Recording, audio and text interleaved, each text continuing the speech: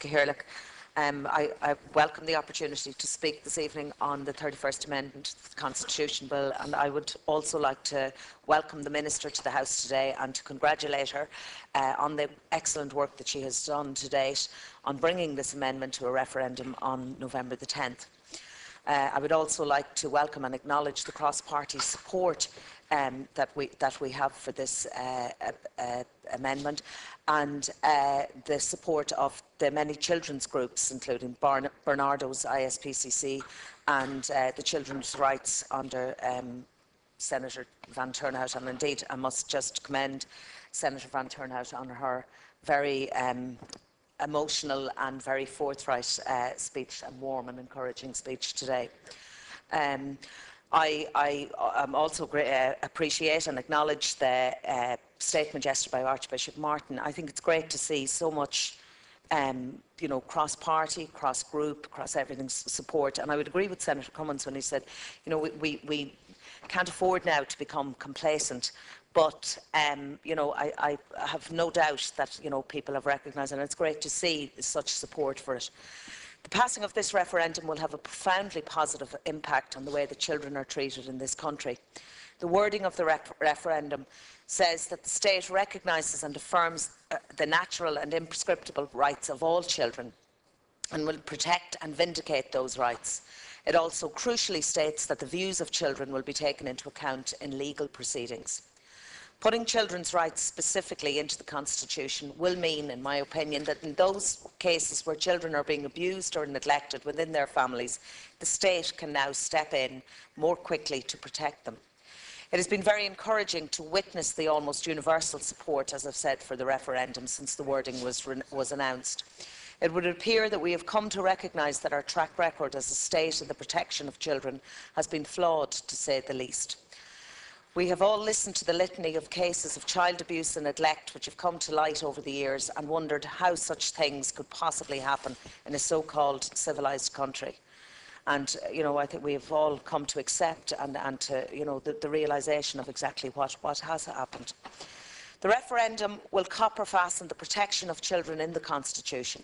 It will ensure that we take a child-centred approach by making children the focus of every decision that has been taken about their welfare. It will mean that when decisions are being taken affecting them, their rights will have to be taken into account. The proposed amendment will recognise that children, being children, by their very nature, are vulnerable and deserve certain protections from the state.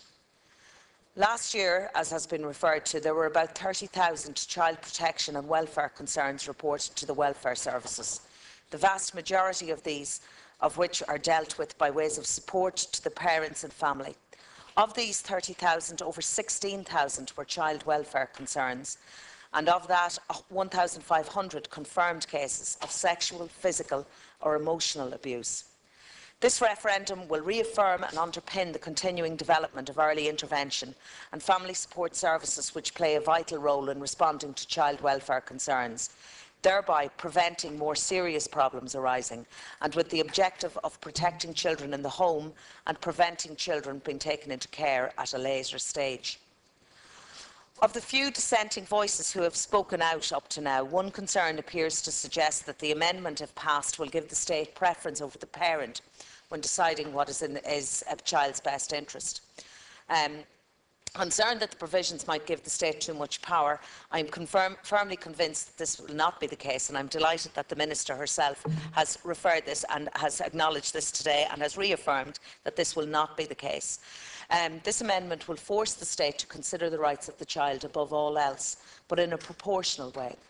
The wording of the amendment acts to curb excessive control by the state by stating in Article 42A that it is in exceptional cases only where the state becomes involved.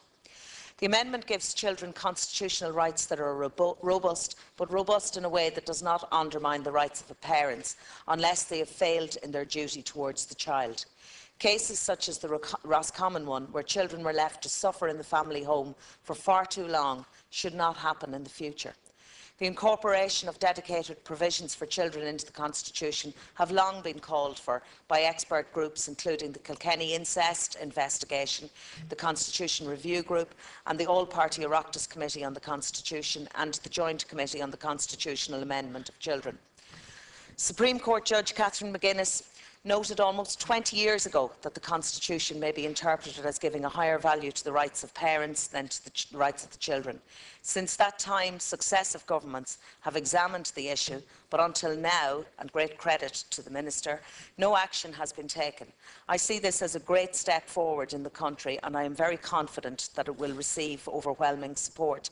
I just want to say again, I agree that we cannot afford to become complacent now.